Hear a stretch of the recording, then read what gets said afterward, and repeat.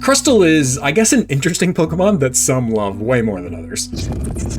We're running them all, and I have another special guest for you guys on this episode, but for now, this thing is kind of a monster in battle, actually. Bug Rock is not a bad typing at all, with very few weaknesses, which pairs nicely with either one of its defensive abilities and its 125 defense. 105 attack is nothing to scoff at either, and its move pool is kind of amazing. Stealth Rock, Rock Slide, X-Scissor, Shell Smash, TMs like Earthquake, Rock Polish, and Swords Dance. I feel like I'm going crazy for saying this, but that's at least 4.5 stars in battle prowess. Availability is right on the cusp of whether or not I would give it a penalty, but I don't think I will here, so it'll stay doubles 4.5 stars. So now I'll hand it off to someone who can explain its concept far better than I can. Crustle's concept seems relatively straightforward at first glance. The typing may seem arbitrary until you realize that hermit crabs are actually not born with their own shells. They take the discarded shells from sea snails. Sea snails, by contrast, actually do grow their own shells. They excrete a combination of calcium carbonate as well as other organic proteins that build up in layers to create the strength that they need for their shell. But you might be thinking, Finn, you're talking about sea snails, this is a tangent, what are you talking about? Stay with me. I've been known to drop a rock fact every once in a while, and did you know that the sedimentary rock limestone is primarily made of calcium carbonate? Now, with sedimentary rocks, you'll typically see them with a lot of banding as they like to layer on top of each other, but they're not very sturdy until they are put under high pressure over a long period of time,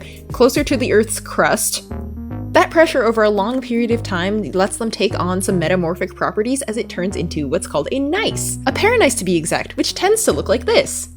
That looks pretty familiar, doesn't it? All of this context coming together in what would otherwise be a really simple design makes the Crustle Lion a nice Pokemon, if I do say so myself. Overall, I would give Crustle's concept a 4.5 stars because although that's really interesting to me, it does make the concept rather unapproachable to get to the core of what makes Crustle a really cool Pokemon. Crustle's design is really solid overall. It's not super flashy, which I do think that leads it to be forgotten by a lot of the fans sometimes. I really do think that its simplicity lends itself well to what the Pokemon is trying to accomplish. It has a very unified, almost monochromatic color palette that I think feels very chic, as well as a very shapy design presence that lends itself well to really any art style, which makes it a very versatile Pokemon for Pokemon card art. Crustle also has a very clear and distinguishable silhouette, which is a design principle drilled into the head of every illustrator studying character design. I would give the overall design 5 stars. And this is the fun part of this series and Pokemon as a whole. We all have very different favorites and opinions. I personally would have given it a 3.5 in concept and about a 3 in design. So for now, I'll meet in the middle and go with 4 stars in both, but let me know which one you agree with as I am open to change. Oh, and Crustle's final score is 4.25 stars, so it's in the top 5 for now.